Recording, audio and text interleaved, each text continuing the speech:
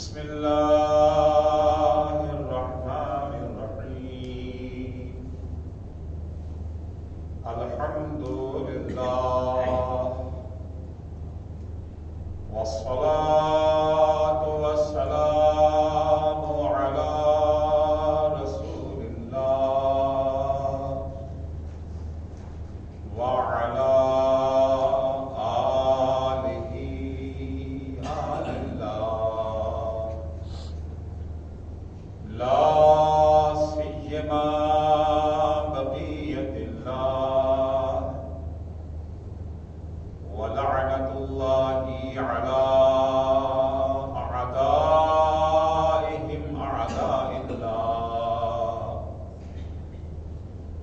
يومنا هذا إلى لقاء الله أما بعد فقد قال الإمام الحسين أبو عبد الله ألا ترون أن الحق لا يعمل به وأن الباطل لا يتناهى عنه فليرغب المؤمن في لقاء الله محقا إني لا أرى الموت إلا سعدا والحياة مع الظالمين إلا برما.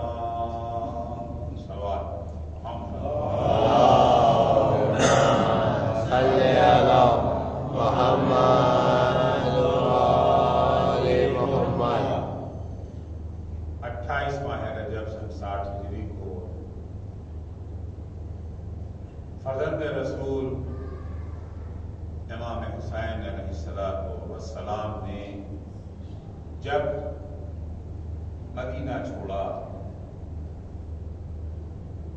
اور تحریک کربلا کا آغاز کیا،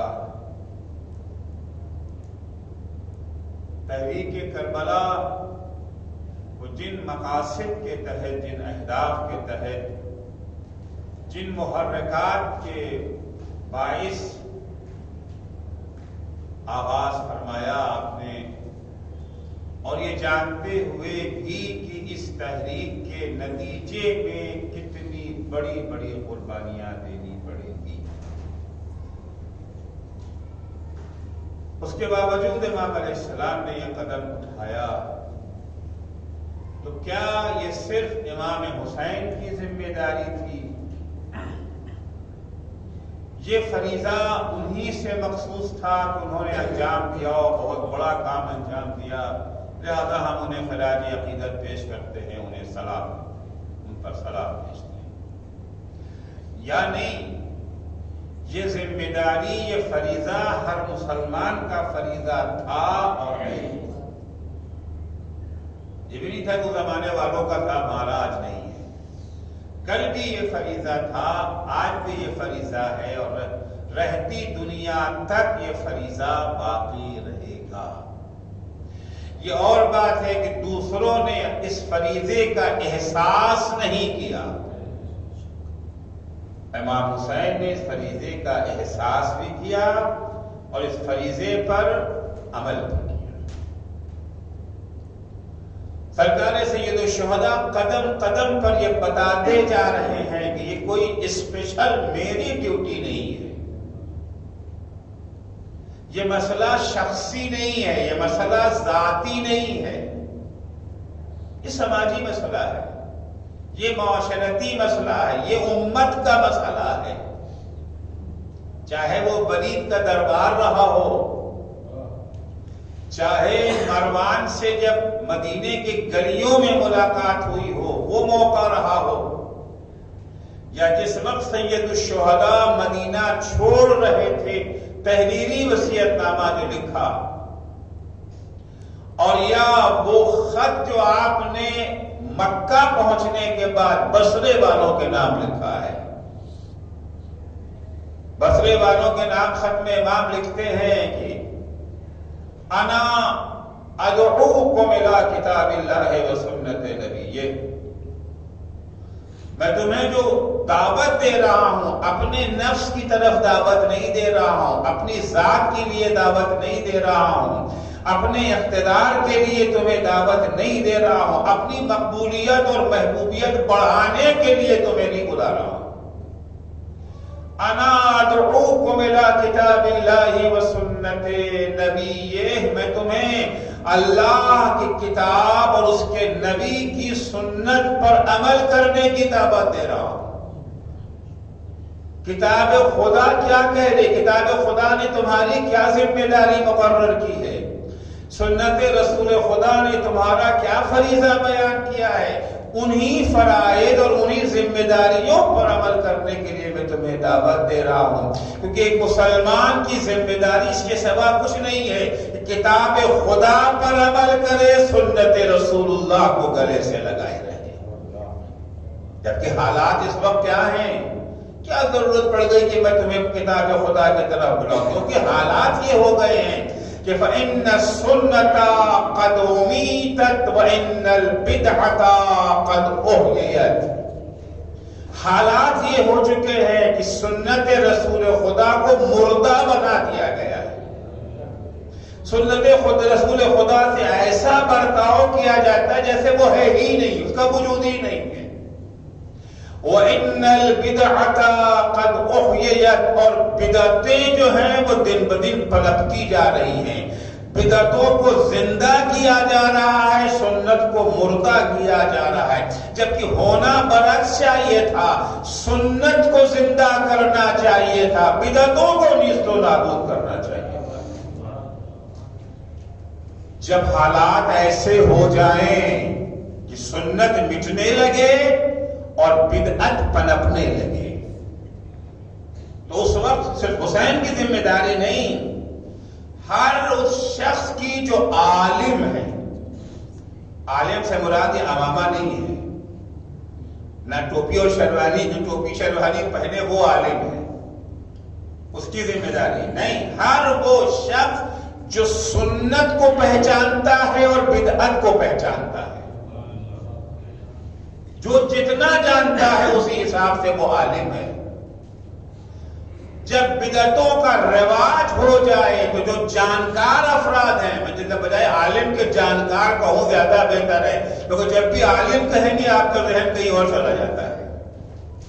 فَعَلَى الْعَالِمِ إِذَا ظَهَرَ الْبِدْعَ فَعَلَى الْعَالِمِ أَن يُظْهِرَ عِلْمًا، جب کبھی بدعتیں پنپنے لگیں، جب کبھی بدعتوں کا رواج ہو جائے تو جو جانکار ہیں ان کی ذمہ داری ہے کہ وہ اپنے علم کا اظہار کریں، بتائیں کہ یہ بدعت ہے، چھپ نہ رہیں، خاموش نہ رہیں، آگاہ کریں، بتائیں لوگوں کو کہ یہ بدعت ہے۔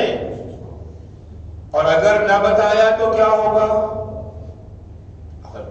مشکل معاملہ ہوتا ہے نا، بہت سارے افراد کہتے ہیں خام خواہ کیوں ہم اپنے کو یہ جو ہے مشکل میں ڈالیں۔ ظاہر سی بات ہے جو سماج کی اصلاح کرنا چاہتا ہے اسے مشکل میں تو پڑھنا پڑتا ہے۔ کیا کوئی نبی آرام سے بیٹھا ہے؟ مجھے بتائیے آپ، نہ کوئی نبی چین سے رہ سکا، نہ کوئی امام، تو پھر کیسے توقع ہے کہ ہم اور آپ آرام سے بیٹھے رہیں گے؟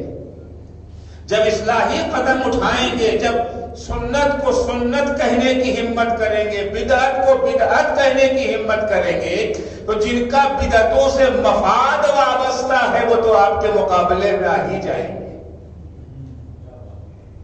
ایک مسلمان کی ذمہ داری یہ ہے کہ حالات کی پرواہ کیے بغیر، ان سے ڈرے بغیر اپنے علم کا اظہار کرے، لوگوں کو بتائے کہ سنت کیا ہے، بدعت کیا ہے۔ البتہ ایک بات دھیان میں رہے کہ چاہے تبلیغ اور دعوت کا میدان چھوٹا میدان ہو یا بڑا میدان ہو، ایک چیز کو ذہن میں رکھنا چاہیے کہ بات کا انداز اچھا ہونا چاہیے، بھولا انداز نہیں ہونا چاہیے۔ صرف اچھی بات کہنا کافی نہیں ہے، اچھی بات کو اچھے انداز سے بیان کرنا ضروری ہے۔ بات کا بھی اچھا ہونا ضروری ہے. پیغمبر اکرم صلی اللہ علیہ وآلہ وسلم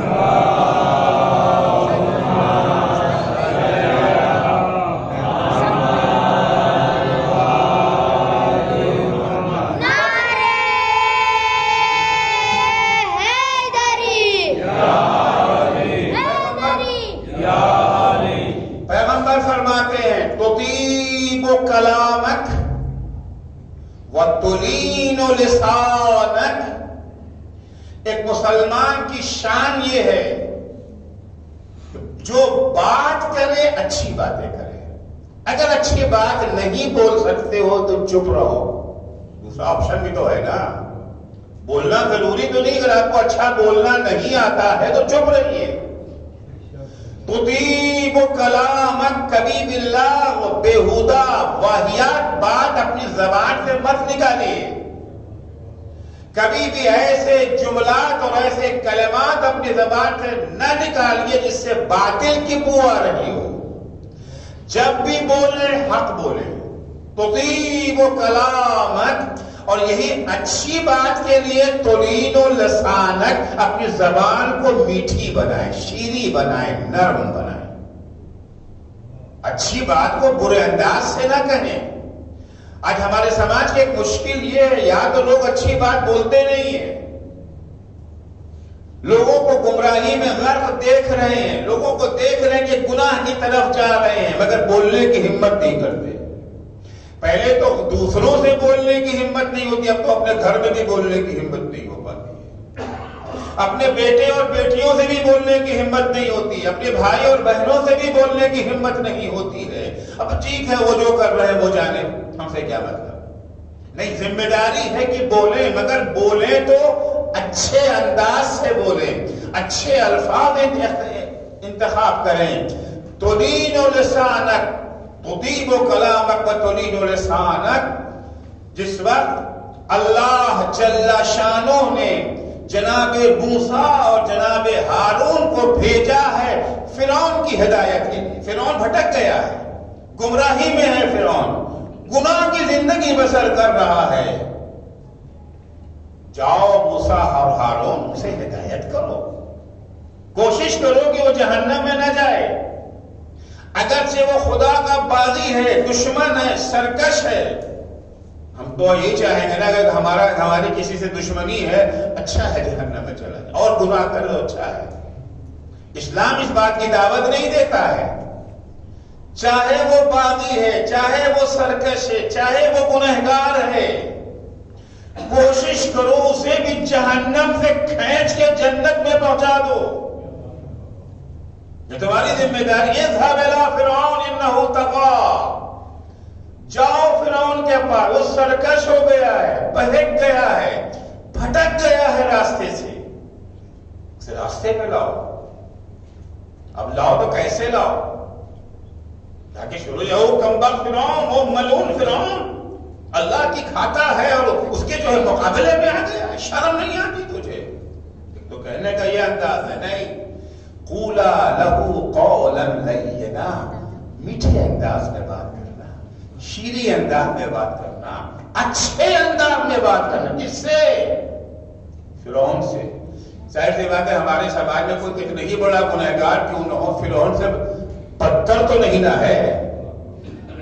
فرعون سے بدتر تو نہیں ہے. زیادہ سے زیادہ وہ گناہ کرتا ہے, اللہ کے حکم کو نہیں مانتا ہے, اللہ ہونے کا دعویٰ تو نہیں نہ کرتا, رب ہونے کا دعویٰ تو نہیں کرتا. قولا لہو قولا لینا, نرم گفتگو اس سے کرنا, میٹھے انداز میں اس سے بات کرنا. مختلف آیتیں قرآن کی ہیں. ادع الی سبیل ربک بالحکمۃ والموعظۃ الحسنہ یا جادلہم باللتی ہی احسن. بہت ساری آیتیں ہیں. جب بھی کسی سے بات کرو, گفتگو کرو. مشہور واقعہ آپ سب کا سنا ہوا ہے کہ ایک بوڑھا مدینے میں آتا ہے. آنے کے بعد یہ جو ہے وضو کر رہا ہے, مگر وضو اس کا غلط ہے, وضو اس کا باطل ہے.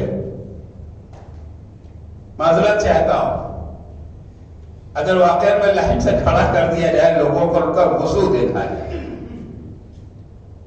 نماز ان کی دیکھی جائے, شاید بہت سارے افراد ایسے نکلیں گے کہ جن کا وضو اور جن کی نماز میں مسئلہ ہے, مشکلات ہیں. کیونکہ نہ انہیں سیکھنے کا شوق ہے نہ ہمیں سکھانے کا شوق ہے، نہ وہ سیکھنے کے لیے تیار ہے نہ ہم سے کیا مطلب، کیوں دوسرے کے مسئلے میں ٹانگ اڑائی، کیا ہم آگے نکل جائے تو یہ جو فارمولا ہے نا زندگی کا ہم لوگوں کی، ہم سے کیا مطلب ہے، ٹھیک ہے وہ غلط کر رہے خود جانے گے، کا اللہ جانے ہم سے کیا مطلب ہے، کہ اسلام یہ نہیں ہے۔ بڑے میاں آئے ہیں وضو کر رہے ہیں، وضو کا صحیح نہیں ہے، امام حسن اور امام حسین علیہم السلام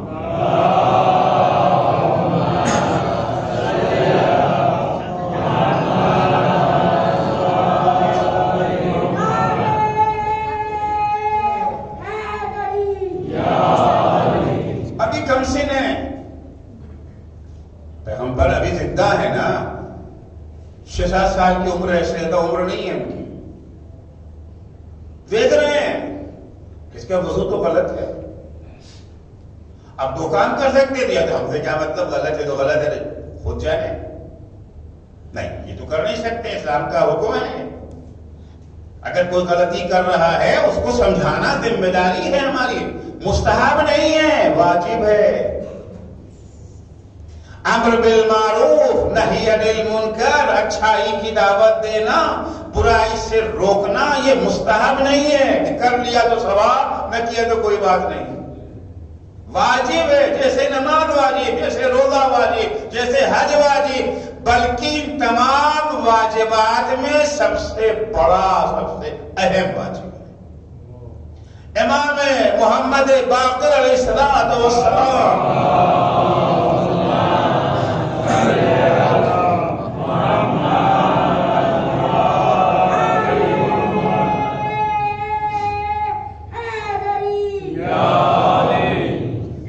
فرماتے ہیں ان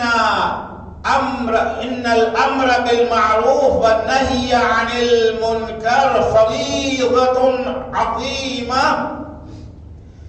اشرف الفرائض واتمها وبها تقام الفرائض، یہ امر بالمعروف و نہی عن المنکر واجب ہے اور بہت عظیم فریضہ ہے، بلکہ یہ سب سے اشرف فریضہ ہے، اس فریضے پر اگر عمل ہو گیا تو سارے فرائض انجام پا جائیں گے، اگر امر بالمعروف پر عمل ہو گیا تو نمازیں بھی پڑھی جائیں گی، روزے بھی رکھے جائیں گے، حج بھی بجا لائے جائیں گے، لیکن اگر اس فریضے کو ترک کر دیا گیا، اس فریضے کو اگر نظر انداز کر دیا گیا، اس فریضے کو پسے پش ڈال دیا گیا، اسے اہمیت نہ دی گئی تو نہ نماز بچے گی، نہ روزہ بچے گا، نہ حج بچے گا۔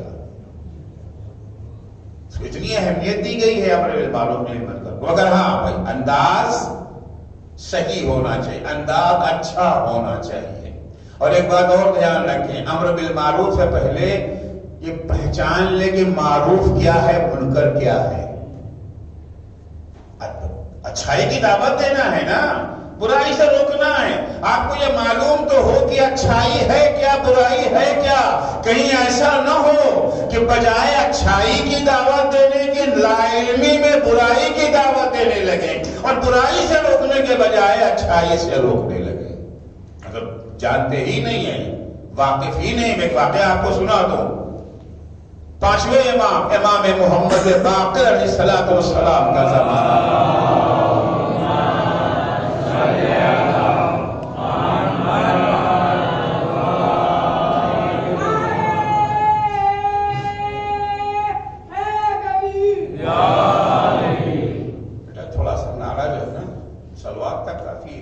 کبھی کبھی نعرہ حیدری بھی لگاؤ، لیکن ہر جملے میں لگاؤ گے ہم پڑھ نہیں پائیں گے، پھر بات رہ جائے گی۔ 5ویں امام کھیت میں کام کر رہے ہیں۔ ہمارے ائمہ کا شیوا یہ تھا کہ جب بھی ان کے پاس خالی وقت رہتا تھا، جب بھی خالی وقت رہتا تھا تو بیکار نہیں بیٹھتے تھے، کسی نہ کسی کام میں مصروف ہو ہی جاتے تھے۔ کھیت میں کام کر رہے ہیں، ظاہر سی بات ہے کھیت میں کام کریں گے تو پسینہ تو آئے گا، اے سی تو وہاں چل نہیں رہا ہے، کھیت ہے، گرمی بھی ہے، محنت بھی ہے، پھوڑا چل رہا ہے، پسینہ تو آنے ہی آنا ہے۔ امام پسینے میں شراب ہو رہا ہے، سر سے پیر تک پسینہ ہی پسینہ۔ ایک صوفی صاحب آ گئے، محمد ابن منقدر ان کا نام ہے، صوفی صاحب نے دیکھا کہ یہ تبلیغ کا بہترین موقع ہے، امر بالمعروف و نہی عن المنکر کا بہترین موقع ہے۔ آئے امام کے پاس، کہنے لگے بڑے افسوس کی بات ہے، آپ فرزند رسول ہیں، آپ خاندان نبوت سے تعلق رکھتے ہیں اور دنیا داری میں اتنا غرق ہے۔ ظاہر سی بات ہے، کھیت میں کام کریں گے تو فصل تو اگے گی نا، فصل تو گھر میں آئے گی، پیسہ تو ملے گا، تو نہیں ہو سکتا نا، دکان پہ جاؤ گے تو کچھ نہ کمائی ہوگی۔ آپ دنیا داری میں اتنا مصروف ہیں، پسینہ پسینہ ہو رہے ہیں، آپ کو چاہیے تھا کہ مصلی پہ بیٹھ کے اللہ اللہ کرتے، نماز پڑھتے، قرآن کی تلاوت کرتے، دعا کرتے، مناجات پڑھتے، آپ اس کے بجائے دنیا داری میں مصروف ہیں، پیسہ کمانے میں مصروف ہیں۔ اب یہی ہے، ان کو یہ نہیں پتا کہ معروف کیا ہے، منکر کیا ہے، اچھا کیا ہے۔ وہ سمجھ رہے اچھائی فقط نماز پڑھنا ہے، اچھائی فقط روزہ رکھنا ہے، اچھائی فقط قرآن کی تلاوت ہے، اور پیسہ کمانا بری چیز ہے، یہ تو دنیا داری ہو گئی۔ جبکہ پانچویں امامی کی حدیث ہے کہ لا خیر فی من لا یحب جمع المال، یاد رکھیے گا اسلام کاہلی کا دین نہیں ہے۔ امام فرماتے جو شخص پیسہ کمانا نہیں چاہتا ہے اس کے اندر کوئی بھلائی نہیں ہے۔ پیسہ کمانے سے اسلام نے منع نہیں کیا، ہاں کیسے کمایا جائے اور کمانے کے بعد کیا کیا جائے وہ ایک بحث الگ ہے۔ وہ آگے امام سے کہتے ہیں کہ آپ فرزند رسول ہونے کے باوجود، خاندان نبوت سے تعلق رکھنے کے باوجود اتنا دنیا داری میں غرق ہیں، اگر اسی عالم میں آپ کو موت آ جائے تو آپ اللہ کو کیا جواب دیجیے گا؟ امام نے فرمایا اگر اس عالم میں مجھے موت آ جائے تو یہ بہترین موت ہوگی، کیونکہ میں اپنے بال بچوں کے لیے رزق حلال کما رہا ہوں تاکہ تم جیسوں کے آگے ہاتھ نہ پھیلانا پڑے۔ اب ظاہر سی بات آپ کمائیں گے نہیں، خرچہ تو ہے نا، آپ کو بھی پیٹ اللہ نے دیا، آپ کو بھی کھانا چاہیے، امام ہیں تو کیا مطلب ہے، کھانے کی ضرورت نہیں ہے، پیغمبر ہے۔ قرآن نے اعلان کر دیا کہ ما جعلناہم جسدا لا یاکلون الطعام، ہم نے انبیاء کو بھی کوئی ایسا جسم دے کے نہیں بھیجا ہے جنہیں کھانے کی ضرورت نہ ہو، نبیوں کو بھی کھانے کی ضرورت ہے، اماموں کو بھی کھانے کی ضرورت ہے، اور ظاہر سی بات ہے کنبے والوں کو تو ہے ہی۔ اب دو ہی راستہ بنتا ہے اپنی اور اپنے خاندان کی ضرورت کو پورا کرنے کے لیے، یا کام کریں، محنت کریں، پیسہ کمائیں، یا دوسروں کے آگے ہاتھ پھیلائیں۔ دو ہی راستہ تو بچ جاتا ہے۔ اسلام نے ہاتھ پھیلانے کو جائز نہیں قرار دیا ہے، جہاں تک ہو سکے ہاتھ نہ پھیلا رہے۔ اب یہ امام کو آگے نصیحت کر رہا تھا، کیوں؟ اسے معلوم ہی نہیں ہے کہ معروف کیا ہے، منکر کیا ہے، اچھائی کیا ہے، برائی کیا ہے۔ لہذا پہلا مرحلہ یہی ہے کہ آپ اچھائی کو پہچانیں اور برائی کو پہچانیں، تاکہ اچھائی کی دعوت دیں اور برائی سے روکیں۔ تو جب بدعتیں پھیلنے لگیں، فَعَلَى الْعَالِمِ أَن يُظْهِرَ عِلْمَهُ، جو جانکار افراد ہیں ان کی ذمہ داری ہے، ان کی ڈیوٹی ہے کہ اپنے علم کا اظہار کریں، لوگوں کو بتائیں۔ ایھا الناس، جسے تم ثواب سمجھ رہے ہو یہ عذاب کا کام ہے، تم نے حرام کو واجب یا مستحب سمجھ رکھا ہے۔ بدعت کسے کہتے ہیں؟ بدعت کسی نئے کام کو بدعت نہیں کہا جاتا۔ کہے نا کہ ہر نیا کام بدعت ہے، نہیں، ہر نیا کام بدعت نہیں ہے۔ بدعت کا معنی کیا ہے؟ ادخال فی الدین ما لیس فی الدین واخراج عن الدین ما فی الدین، جو دین میں نہیں ہے اسے دین کا حصہ بنا دینا بدعت ہے، جو دین میں ہے اسے دین سے نکال دینا بدعت ہے۔ یہ ہے بدعت کا معنی۔ اگر کسی کام کو آپ انجام دے رہے ہیں تو آپ وہی انجام دے رہے ہیں۔ آپ مثال کے طور پر میں یمامہ پہنتا ہوں، عبا پہنتا ہوں، یہ دشاشا یا قبا پہن کر کے ممبر میں آ کے بیٹھتا ہوں، اب میں کہوں کہ صاحب یہ حکم خدا ہے کہ امامہ پہنو، حکم خدا ہے کہ عبا ڈالو، یہ کیا ہو جائے گا؟ بدعت ہو جائے گا۔ یہ کیونکہ خدا نے نہیں کہا ہے امامہ پہنو، ہم نے انتخاب کیا ہے، ہم نے چنا ہے اس لباس کو، ہمارا ذاتی عمل ہے یہ، اس کا کوئی دین سے تعلق نہیں ہے کہ اگر نہ پہنیں گے تو گنہگار۔ میں امامہ پہن کر کے آیا ہوں، میں نے جی شریعت پر عمل کیا، امیر حیدر صاحب بغیر امامہ کے آگے ہیں تو گنہگار ہے، یہ ہو جائے گا بدعت۔ یہ تصور اگر ہم نے قائم کر لیا کہ کیا ہوگا، اچھی طرح سمجھیں، بدعت کیا ہے؟ جس کا تعلق دین سے نہ ہو اسے آپ دین بنا دیں۔ مثال کے طور پر یہ جو ہے بعض حضرات کے ہفتے میں مخصوص دن ہو جاتا ہے کہ آج یہ جو ہے مسور کی دال کھائی جائے گی، مثلا بدھ کے دن یا منگل کو، سوموار کو، کوئی ویکتی معین کر لیا، ٹھیک ہے کھائیے، کوئی حرج نہیں ہے، آپ کی پسند ہے، آپ کا شوق ہے، کھائیے۔ لیکن اگر آپ نے کہا نہیں بدھ کے دن مسور کی دال کھانا شیعت کی پہچان ہے، اگر آپ نے نہیں کھایا تو آپ وہابی ہو گئے، یہ ہے بدعت۔ نہیں آپ کھانا چاہتے ہیں کھائیے، کوئی حرج نہیں ہے، آپ پابند ہے کھانے کی، کھائیے، مگر اس کو دین کا حصہ نہ بنائیے، کیونکہ دین میں نہیں ہے۔ جو چیز دین میں ہے اسے نکال دینا بھی بدعت، اور جو دین میں نہیں ہے اسے دین میں شامل کر دینا بھی بدعت۔ ایک صاحب تھے جنہوں نے ایک ہی عمل میں دونوں بدعتوں کو اکٹھا کر دیا۔ رات میں پتہ نہیں خواب میں کیا دیکھا تھا، صبح جب اٹھے تو ایک ہی ساتھ میں ایک دفعہ میں انہوں نے 2 بدعت کر دیا۔ حی علی خیر العمل کو نماز سے اذان سے نکال دیا، الصلاۃ خیر من النوم کو داخل کر دیا۔ ادخال بھی ہے، اخراج بھی ہے۔ حی علی خیر العمل جزء اذان ہے، اذان سے نکال دیا، الصلاۃ خیر من النوم جزء اذان نہیں ہے، اسے داخل کر دیا۔ ایک ہی جھٹکے میں 2 بدعت کر بیٹھے۔ اذا ظہر البدع فی امتی فعلی العالم ان یظہر علمہ، جب امت میں بدعتوں کا ظہورہ ہو جائے، جب بدعتیں پنپنے لگے تو عالم کی ذمہ داری ہے کہ اپنے علم کا اظہار کرے، بتائے لوگوں کو، البتہ اچھے انداز سے، پھر اس کی تاکید کر دو۔ اور اگر اس نے ایسا نہ کیا،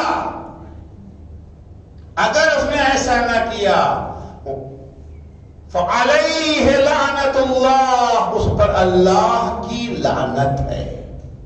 اب ظاہر سے بات یہ لعنت تو ہم لوگ کو اچھی نہیں لگتی نا، ہم تو لعنت کسی اور کے لیے وقف کیے ہوئے ہیں۔ امام حسین فرما رہے ہیں خطاب کرتے بصرے والوں کو، انا ادعوکم الی کتاب اللہ و سنت نبی فإن السنة قد امیتت وَإِنَّ الْبِدْعَةَ قَدْ أُحْيِيَتْ، میں جو مدینہ چھوڑ کے نکلا ہوں، میں جو ساری قربانیاں دینے کے لیے تیار ہوں، کیوں؟ حالت یہ ہے کہ اس وقت بدعتوں کو زندہ کیا جا رہا ہے، سنت کو مٹایا جا رہا ہے، اور ایسے میں فقط حسین نہیں، ہر جانکار کی یہ ذمہ داری ہے کہ اس کے خلاف آواز اٹھائے۔ میں بھی اسی لیے آیا ہوں میدان۔ ان تسمعوا قولی وتطیعوا امری اہدکم سبیل الرشاد، اگر تم میری بات سن لو گے گی، میری بات، اگر بعض دفعہ لوگ بات تو سننے کو بھی تیار نہیں ہوتے نا، کان میں روئی ڈال لیتے ہیں، سنیں گے ہی نہیں۔ یا مثال کے طور پر مجلس میں تو آئے ہیں، باہر کھڑے رہیں گے، اندر آئیں گے نہیں سنیں گے ہی نہیں۔ اور کچھ وہ ہوتے سن تو لیتے ہیں مگر ایسے ہی سنتے ہیں جیسے نہیں سننا، ایک کان سے سنا دوسرے کان سے اڑا دیا۔ یہ کافی ہے نا فرق۔ ان تسمعوا قولی، اگر تم لوگ میری بات کو سنو گے، کان دھرو گے، وتطیعوا امری، اور ہمارے احکام و فرامین کی اطاعت بھی کرو گے، صرف فضائل سن کے نعرے مت لگانا، ہمارے فضائل، ہماری تعلیمات کو سن کر کے اس پر عمل کرو گے۔ سن لینا کافی نہیں ہے جب تک کہ جو سنا ہے اس کے مطابق عمل نہ ہو۔ ان تسمعوا قولی وتطیعوا امری اہدکم سبیل الرشاد، اگر میری باتوں کو سنو گے، میرے احکام پر عمل کرو گے تو نتیجہ یہ ہوگا کہ میں تمہیں ترقی کے راستے پر لگا دوں گا۔ ترقی ترقی چاہیے نا ہر انسان کو، دنیا میں بھی ترقی، اور دنیا سے زیادہ ہمیں آخرت کی ترقی چاہیے۔ ظاہر سی بات ہے دنیا میں تو چند دنوں رہنا ہے نا، ترقی کریں یا نہ کریں بہرحال ہر حال میں چند دن کی زندگی تو کٹ ہی جائے گی۔ چھپر میں رہ کر کے بھی زندگی کٹ جائے گی، محل میں بھی رہ کر کے زندگی کٹ جائے گی، سوکھی روٹی کھا کے بھی زندگی کٹ جائے گی، اور بہترین کھانا کھا کے بھی زندگی بہرحال کٹ ہی جائے گی، لیکن آخرت کی زندگی کٹنے والی نہیں ہے، کیونکہ دنیا کی زندگی محدود ہے، 4 دن کی زندگی ہے، آخرت کی زندگی تو لامحدود ہے، ابدی زندگی ہے، ابدی زندگی۔ اللہ جل شانہ ازلی بھی ہے اور ابدی بھی ہے، ہمیشہ سے ہے، ہمیشہ رہے گا۔ ہم انسان ازلی تو نہیں ہے، ابدی ضرور ہیں۔ ہم انسان ہمیشہ سے نہیں ہیں، ایک زمانہ تھا نہیں تھے، ہو گئے، اب جو ہو گئے تو ہمیشہ رہیں گے۔ جگہ بدلے گی، زندگی نہیں ختم ہوگی۔ ابھی دنیا میں ہیں، موت آئی چلے گئے، آخرت یہ جو ہے برزخ میں چلے گئے، پھر آخرت کی زندگی شروع ہو گئی، مگر فنا نہیں ہے ہمارے لیے۔ مولا کائنات امیر المومنین حضرت علی بن ابی طالب علیہ السلام فرماتے ہیں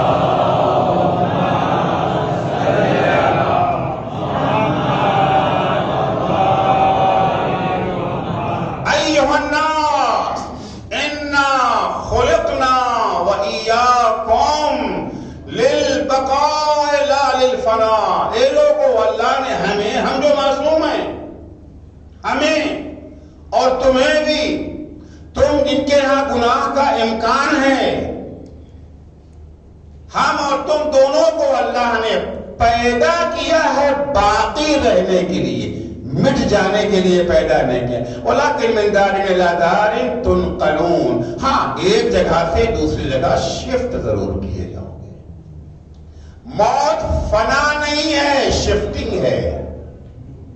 اب یہاں آپ جتنے افراد بیٹھے ہیں، شاید سبھی وہ افراد ہیں جو یہ ہے سلواسا دے نہیں ہیں، شفٹ ہو کر کے آئے ہیں۔ کوئی احمد آباد سے آ گیا، کوئی بھاونگر سے آیا، کوئی مہوا سے آیا، کوئی یہ جو ہے بھدراول سے آیا، الگ الگ علاقوں سے اٹھ کر کے یہاں آ گئے۔ بھدراول میں تھے وہاں بھی زندہ تھے، بھاونگر میں تھے وہاں بھی زندہ تھے، احمد آباد میں تھے وہاں بھی زندہ تھے، مہوا میں تھے وہاں بھی زندہ، سلواسا آ گئے یہاں بھی زندہ ہے۔ شفٹنگ ہے، ابھی دنیا میں ہے، موت آئی کہاں پہنچ گئے؟ آخرت میں۔ کیونکہ موت یاد رکھیے گا، موت ختم ہو جانے کا نام نہیں ہے، موت مٹ جانے کا نام، موت فائل کے بند ہو جانے کا نام نہیں ہے، فائل کھلی ہوئی ہے۔ پیغمبر اکرم صلی اللہ علیہ وآلہ وسلم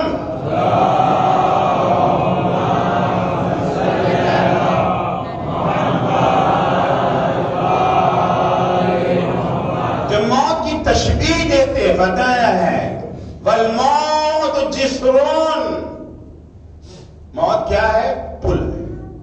پل کہاں بنایا جاتا ہے؟ ندی پر بنائیں گے پل، یا جہاں پر راستے کی جگہ ہے وہاں پل بنایا جاتا ہے۔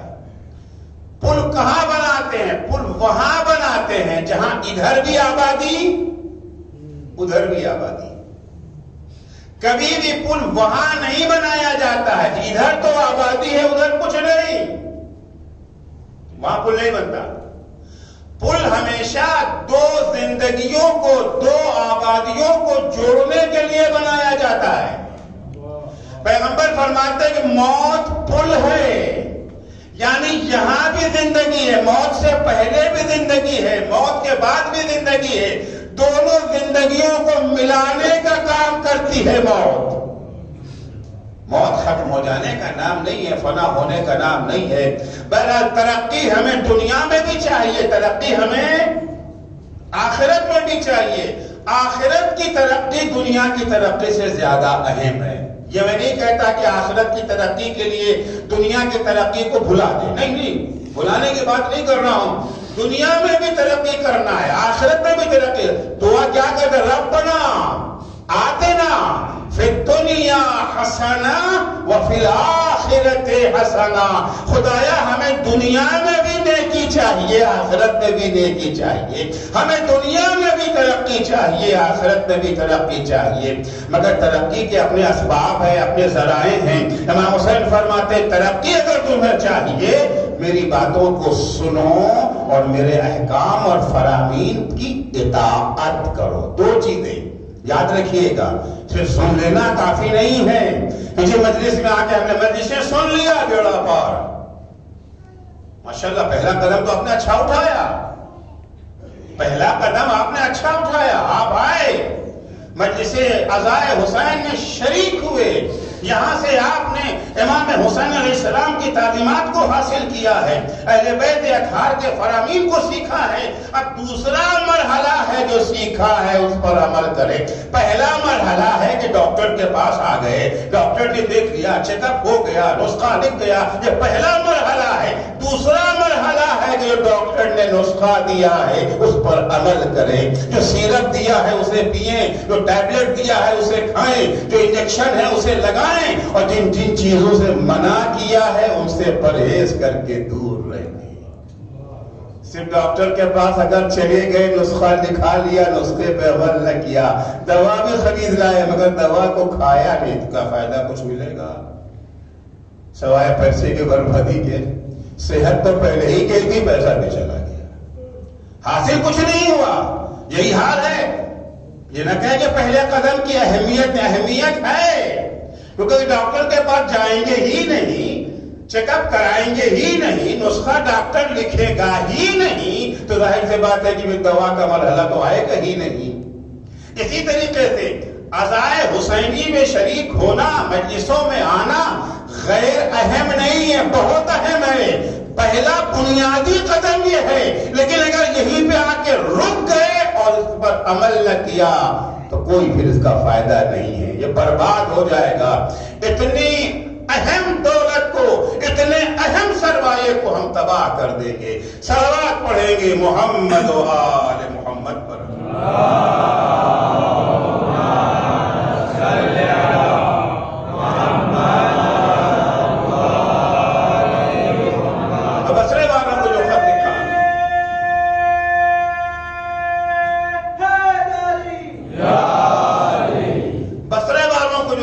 امام نے اس میں بھی جو بات کلیئر کر دی کہ ذمہ داری صرف حسین ابن علی کی نہیں ہے، سب کی ذمہ داری ہے۔ اس کے بعد 2 محرم کو جو امام حسین کو یہ جو ہے کربلا پہنچ گئے، کربلا پہنچنے کے بعد جو خط لکھا ہے کوفے والوں کو، میں نے عرض کیا تھا کہ یہ کربلا کی تاریخ بولتی ہوئی تاریخ ہے، گونگی تاریخ نہیں ہے۔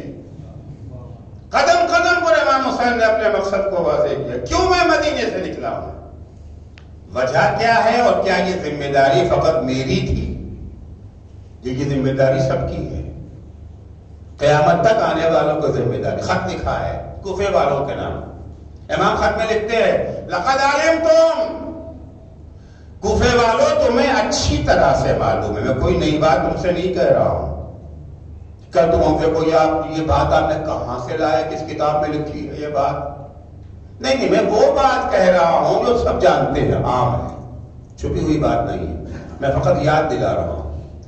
لقد علمتم ان رسول اللہ صلی اللہ علیہ وآلہ وسلم یقول فی حیاتہ، تم سب جانتے ہو کہ رسول خدا صلی اللہ علیہ وآلہ وسلم اپنی زندگی میں بارہا یہ فرمایا کرتے تھے، 1-2 دفعہ نہیں، یہ جو مضارع کا صیغہ ہے، ماضی کا نہیں ہے، یقول کہا کرتے تھے، استمرار پایا جاتا تھا۔ کیا کہتے تھے؟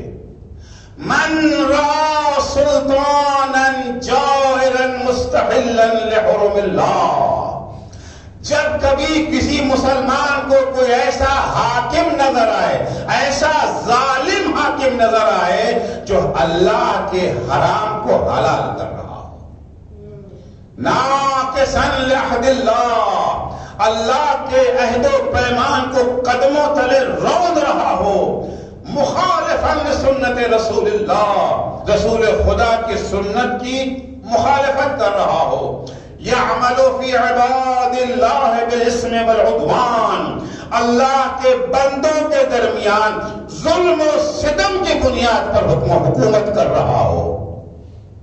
یہ منظر دیکھ لیا، دیکھنے کے بعد اب اس مسلمان کی ذمہ داری کیا ہے؟ خاموش رہے؟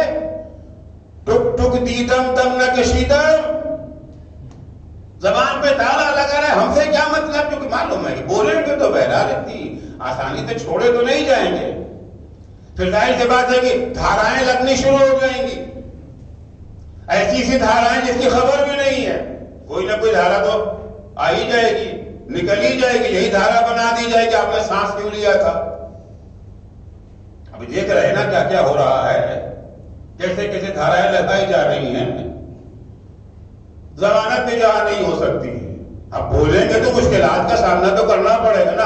لالا بھائی چھوڑو یار، اپنے کاروبار کو دیکھو، اپنے بال بچوں کو دیکھو، ان جھمیلوں میں کہاں پڑنا ہے؟ یہ ذمہ داری ہے یا نہیں؟ ذمہ داری یہ ہے کہ ظلم کے خلاف آواز اٹھاؤ۔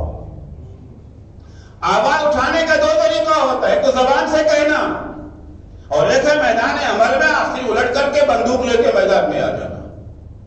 دو طریقہ ہے، تو ہمیشہ بندوق لے کے میدان میں آنے کے حالات نہیں ہوتے ہیں، ہمیشہ وہ حالات نہیں ہوتے ہیں۔ پیغمبر فرماتے ہیں کہ جب انسان کسی ایسے حاکم کو دیکھے جو ظلم کی بنیاد پر حکومت چلا رہا ہے، اللہ کے حرام کو حلال کر رہا ہے، اللہ سے کیے ہوئے عہد و پیمان کو قدموں تلے رونگ رہا ہے، سنت رسول خدا کی مخالفت کر رہا ہے، یہ سب دیکھنے کے بعد لم یغیر علیہ بفعل ولا قول، نہ عملی اقدام کرتا ہے اور نہ زبانی اس کے خلاف ملاتا ہے، چپ چاپ خاموش۔ کبھی کبھی یہ ہوتا ہے کہ جی ہمارے حالات ایسے نہیں ہیں، ہمارے پاس تو ٹی وی نہیں ہے، ہمارے پاس تو انٹرنیٹ نہیں ہے، ہمارے پاس تو اخبار نہیں ہے، ہمارے پاس تو ریڈیو نہیں ہے، میڈیا ہمارا کیسے اپنی بات لوگوں تک پہنچائے؟ ارے بھائی ٹی وی نہیں ہے، اخبار نہیں ہے، ریڈیو نہیں ہے، یہ چھوٹی سی زبان بھی آپ کے منہ میں نہیں ہے، یہ زبان تو ہے نا آپ کے منہ میں، آپ اس زبان سے اپنے پڑوسی کو تو بتا سکتے ہیں کہ حالات کیا ہے، آپ جس آفس میں کام کرتے ہیں اپنے کولیگ کو بتا سکتے ہیں کہ حالات کیا ہے، جس کالج میں پڑھتے ہیں اپنے کالج کے ساتھیوں کو تو بتا سکتے ہیں نا، بزنس کرتے ہیں بزنس پارٹنر کو تو بتا سکتے ہیں، اتنا تو ہر ایک کے پاس وسیلہ ہے۔ چلیے انٹرنیٹ نہیں ہے مان لیا، اگرچہ ہے انٹرنیٹ تو آج کل کوئی خاص بات نہیں رہ گئی ہے، ریڈیو نہیں ہے، ٹی وی نہیں ہے، میڈیا نہیں ہے، لیکن فیس ٹو فیس تو بات کر سکتے ہیں۔ فَلَمْ يُغَيِّرْ عَلَيْهِ بِفِعْلٍ وَلَا قَوْلٍ، نہ زبان سے اس کے خلاف کچھ کہتا ہے اور نہ عملاً کچھ کرتا ہے۔ كَانَ حَقًّا عَلَى اللَّهِ أَن يُدْخِلَهُ مُدْخَلَهُ، تو اللہ کو یہ حق ہے جس جہنم میں اس ظالم حاکم کو بھیجے گا، اسی جہنم میں خاموش تماشائی مسلمان کو بھی بھیجے گا۔ تم نے سنا ہے کوفے والوں، یہ تو سنا ہے نا پیغمبر سے، اب حالات کو دیکھو، حالات حاضرہ کو دیکھو کہ اب تک حالات کیا۔ وَقَدْ عَلِمْتُمْ، اور تم لوگوں کو اچھی طرح یہ بھی معلوم ہے أَنَّ هَؤُلَاء، یہ بنی امیہ کا ٹولہ، تَوَلَّوْا عَنْ طَاعَةِ اللَّهِ وَلَزِمُوا طَاعَةَ الشَّيْطَانِ، انہوں نے اللہ کی اطاعت کا جوا گردن سے اتار پھینکا ہے اور شیطان کی اطاعت کا جوا اپنی گردن میں ڈال لیا ہے، اللہ کی اطاعت و فرما برداری سے منہ موڑ لیا ہے اور شیطان کی اطاعت و فرما برداری کے پابند ہو گئے ہیں۔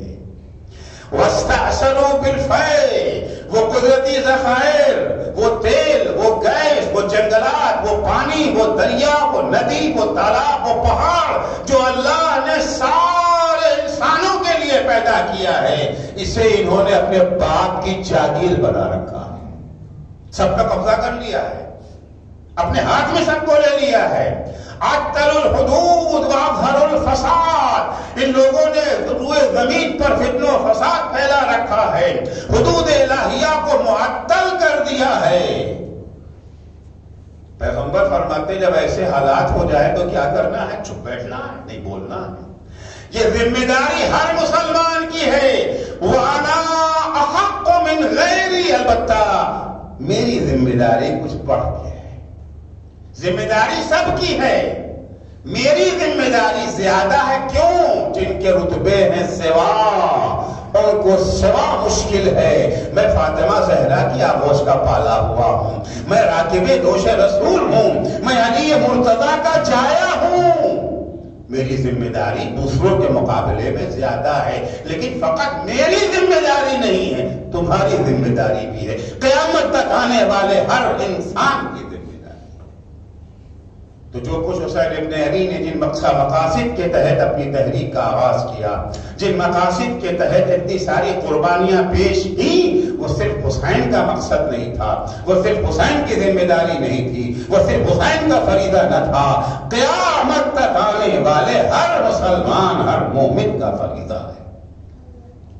اس تحریک کے سلسلے میں صرف خراج عقیدت پیش کر دینا، صرف آنسو بہا دینا، صرف ماتم کر لینا، صرف مجلسیں منعقد کر لینا اور شریک ہو جانا ضروری ہے مگر کافی نہیں ہے. ضروری ہے مگر کافی نہیں ہے. بہت اہم ہے یہ عزاداری. ویسے ہی ہے جیسے ڈاکٹر کے پاس جانا، مرض کی تشخیص کرنا، لیکن اس کے بعد کا جو مرحلہ ہے کہ جن مقاصد کو حسین ابن علی کربلا کے میدان میں لے کر کے آئے تھے، انہی مقاصد کی تکمیل کے لیے ہم بھی قدم بڑھائیں، ہم بھی قدم بڑھائیں. زیارت عاشورہ میں بھی، زیارت جامعہ میں بھی ہے، معکم ان یجعلنی معکم. اللہ سے دعا کرتے ہیں کہ اللہ ہمیں آپ کے ساتھ قرار دے. ساتھ کیا مطلب ہے؟ جسمانی قربت کی بات ہو رہی ہے؟ وہ تو نہیں ہے. معکم یعنی جو مشن آپ کا وہی مشن ہمارا، جو مقصد آپ کا وہی مقصد ہمارا ہو، جو تحریک آپ کی ہے وہی تحریک ہماری ہو. اس مشن کے لیے اگر آپ قربانیوں سے پیچھے نہیں ہٹیں، اللہ ہمیں توفیق دے کہ ہم بھی اس مشن کو آگے بڑھانے کے لیے قربانیوں سے پیچھے نہ ہٹیں. مولا آپ کا مقابلہ تو ہم نہیں کر سکتے ہیں، آپ کے برابر تو ہم نہیں آ سکتے ہیں، لیکن کیا حور جیسے بھی نہیں بن سکتے ہیں؟ کیا زہرقین جیسے بھی نہیں بن سکتے؟ ایسے بات یہ افراد شروع تھے تو حسینی نہیں تھے نا، بعد میں حسینی ہو گئے. پہلے گناہوں میں غرق ہیں، بعد میں گناہوں کے دلدل سے باہر آ گئے. ہم بھی اگر آج گناہوں کے دلدل میں پھنسے ہوئے ہیں، خدا سے دعا یہی کریں کہ خدا ہمیں بھی توفیق دے اس دلدل سے نکل کر کے وہی درجہ اور مقام حاصل کریں کہ حسین ہمیں بھی دیکھ کے کہے انت حر فی الدنیا والآخرہ. تم دنیا میں بھی آزاد، آخرت میں بھی آزاد. یقیناً ہم حضرت عباس جیسے تو نہیں بن سکتے، حضرت علی اکبر جیسے تو نہیں بن سکتے، حضرت قاسم جیسے تو نہیں بن سکتے ہیں، لیکن کربلا میں سب وہی تو نہیں تھے نا.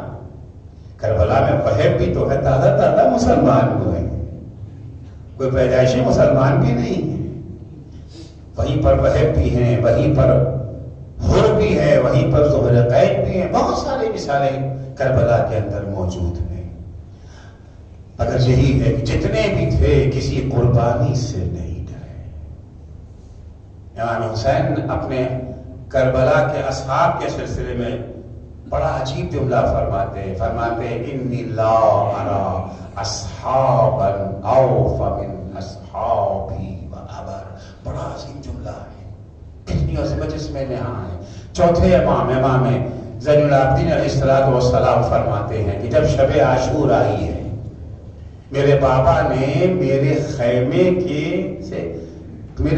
سے جو ہے ملا ہوا ایک خیمہ قائم کیا، اس میں اپنے اصحاب کو جمع کیا.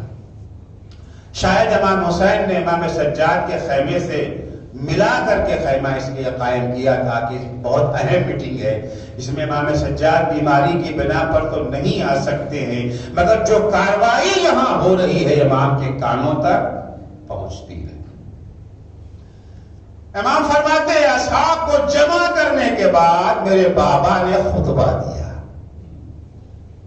امام خطبے کا آغاز کرتے ہیں احمد اللہ و اسمی علیہ فی السراء والضراء، میں اللہ کی حمد کرتا ہوں، اس کی ثنا کرتا ہوں، اچھے حالات میں بھی اور برے حالات میں بھی۔ ظاہر سی بات ہے انسان کے حالات ہمیشہ یکساں نہیں ہوتے نا، اچھے حالات میں بھی اللہ تیرا شکر۔ خدایا ایک زمانہ وہ تھا جب نانا کا دور تھا، میں راکب دوش رسول ہوا کرتا تھا، میں نانا کی آغوش کی زینت ہوا کرتا تھا، سارے صحابہ کی نگاہیں مجھ پہ لگی رہتی تھی، اے کاش حسین میری آغوش میں آ جائے، اے کاش حسین میری گود میں آ جائے۔ نانا خطبہ دے رہے تھے، میں نانا کی آغوش میں بیٹھا ہوا تھا، اچانک مجھے پیاس لگ گئی۔ جیسے ہی مسجد والوں کو پتا چلا کہ حسین پیاسا ہے، ساری مسجد دوڑ پڑی مجھے پانی پلانے کے لیے۔ خدایا تیرا شکر کہ تو نے یہ مقام عطا کیا، یہ رتبہ عطا کیا میرے معبود۔ اور آج جب میں مصیبتوں میں گھرا ہوا ہوں پھر بھی تیرا شکر۔ کل مجھے پانی پلانے کے لیے پوری مسجد دوڑ پڑی، آج میرا اصغر پیاسا ہے، میری سکینہ پیاسی ہے، کوئی ایک قطرہ پانی دینے کے لیے تیار نہیں، میرے معبود پھر بھی تیرا شکر۔ کل سب کی نگاہیں مجھ پہ لگی رہتی تھی کہ کاش حسین میری گودی میں آ جائے، اور آج بھی سب کی نگاہیں میری طرف لگی ہیں، مگر اس لیے کہ کب حسین کا سر قلم ہو کر کے ان کے پاس آ جائے۔ پالنے والے کل بھی تیرا شکر، آج بھی تیرا شکر۔ اس کے بعد امام فرماتے ہیں انی لا ارى اصحابا اوفى من اصحابی وابر، میں نے اپنے اصحاب سے زیادہ نیک اور باوفا صحابی نہیں دیکھے۔ عزیزو یہ کسی خطیب کا جملہ نہیں کہ جوش خطابت میں کچھ کہہ جائے، دہن عصمت سے نکلا ہوا جملہ ہے۔ ہر جملہ حقیقتوں کو اپنے ہمراہ لیے ہوئے ہوتا ہے۔ امام کی نگاہ میں پیغمبر کے اصحاب بھی ہیں، امام کی نگاہ میں مولا کائنات کے اصحاب بھی ہیں، امام کی نگاہ میں بھیا حسن کے بھی اصحاب ہیں۔ میں یوں کہوں امام کی نگاہ میں سلمان فارسی بھی ہیں، ابو ذر غفاری بھی ہیں، مقداد بھی ہیں، عمار یاسر بھی ہیں، مالک اشتر بھی ہیں۔ ان سب کو نگاہ میں رکھ کر کے امام فرماتے ہیں جتنا نیک اور باوفا میرا صحابی حبیب ہے اتنا نیک اور باوفا تو سلمان بھی نہیں ہے، جتنا نیک اور باوفا میرا جون ہے اتنا نیک اور باوفا تو اس کا آقا ابو ذر بھی نہیں ہے۔ مولا کیا خصوصیت ہے آپ کے اصحاب میں جو آپ ایسی بات کہہ رہے ہیں؟ ابھی تو میں نے بڑا غور کیا، مجھے دو صفت ایسی نظر آئی جو اصحاب حسین میں تھی مگر اصحاب رسول خدا میں کم سے کم ظاہر نہ ہوئی۔ پہلی صفت علم و آگہی، علم و آگہی۔ جو پیغمبر کے ہمراہ جنگوں میں جایا کرتے تھے کیا انہیں یہ معلوم تھا کہ ہم کل شہید کر دیے جائیں گے؟ سلمان جانتے تھے کہ ہم کل شہید ہو جائیں گے، ابو ذر جانتے تھے کہ ہم کل شہید کیے جائیں گے، عمار جانتے تھے کہ ہم کل شہید کر دیں۔ نہیں، دو احتمال، ممکن ہے شہید ہو جائے اور ممکن ہے زندہ سلامت واپس آ جائے۔ ہوا بھی ایسے ہی، جناب سلمان کسی جنگ میں شہید نہیں ہوئے، جناب عمار یاسر جنگ میں شہید ہوئے مگر پیغمبر کے ہمراہ نہیں، مولا علی کے ہمراہ جنگ صفین میں مارے گئے۔ ابو ذر کو شہادت ملی جنگوں میں نہیں، باطل سے لڑتے لڑتے بھوک اور پیاس سے شہید ہوئے ابو ذر۔ لیکن اللہ اکبر، جو امام حسین کے اصحاب تھے سب کو پتا تھا کہ ہم کل شہید کر دیے جائیں گے، کیونکہ امام حسین نے کسی کو غفلت میں نہیں رکھا تھا، سب کو بتا دیا تھا۔ شب عاشور ایک ایک کا نام لے کر کے بتایا، زہیر کل تم شہید کیے جاؤ گے، حبیب کل تم شہید ہوگے، شہید کل تم شہید کیے جاؤ گے، اے میرے بھیا عباس کل تم شہید کیے جاؤ گے، میرے لال علی اکبر کل تم شہید کیے جاؤ گے۔ ایک ایک شہید کا نام حسین نے لے لیا تھا، بس ایک 13 سال کا بچہ رہ گیا تھا جس کا نام حسین نے نہیں لیا تھا۔ وہ 13 سال کا بچہ کھڑے ہو کر کے سوال کرتا ہے، چچا جان اور میں کیا میرا نام فہرست شہداء میں نہیں ہے؟ اللہ اکبر، 13 برس کی عمر جینے کی امنگ کا زمانہ ہوتا ہے، موت سے کھیلنے کا زمانہ نہیں ہوتا ہے۔ قاسم پوچھتے چچا جان اور میں کیا میرا نام فہرست شہداء میں نہیں ہے؟ امام حسین چاہتے تو ہاں یا نا میں جواب دے دیتے، مگر ہاں یا نا میں دیا گیا جواب قاسم کی عظمت کو اجاگر نہیں کر سکتا تھا۔ امام سوال کرتے، کیف عندک الموت، میرے لال یہ بتاؤ تمہاری نگاہ میں موت کیسی ہے؟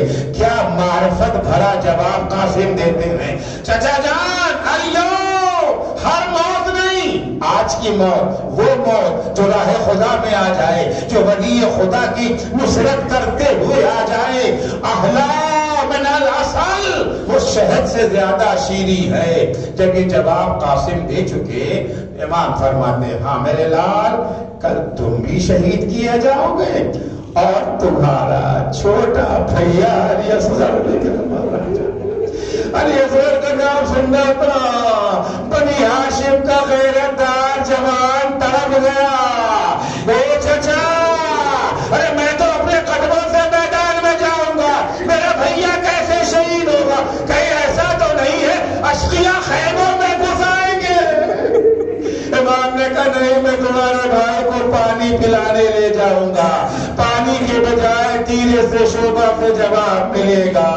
جی چاہتا ہے ہاتھ جوڑ کے کہو قاسم تمہاری غیرت کو میرا ہزاروں سلام، تم تصور کر کے تڑپ گئے اشقیاء خیمے میں گھس آئیں گے، ارے میرا لاکھوں سلام صبر سید سجاد پر، کیسے برداشت کیا ہوگا؟ اپنی آنکھوں سے دیکھ رہے کوئی زینب کے سر سے چادر چھین رہا ہے، کوئی سکینہ کو تماچے مار رہا ہے، کوئی ام کلثوم کے بازو میں رسن باندھ رہا ہے۔ الا لعنت اللہ علی قوم ظالمین وسيعلم الذين ظلموا أي منقلب ينقلبون۔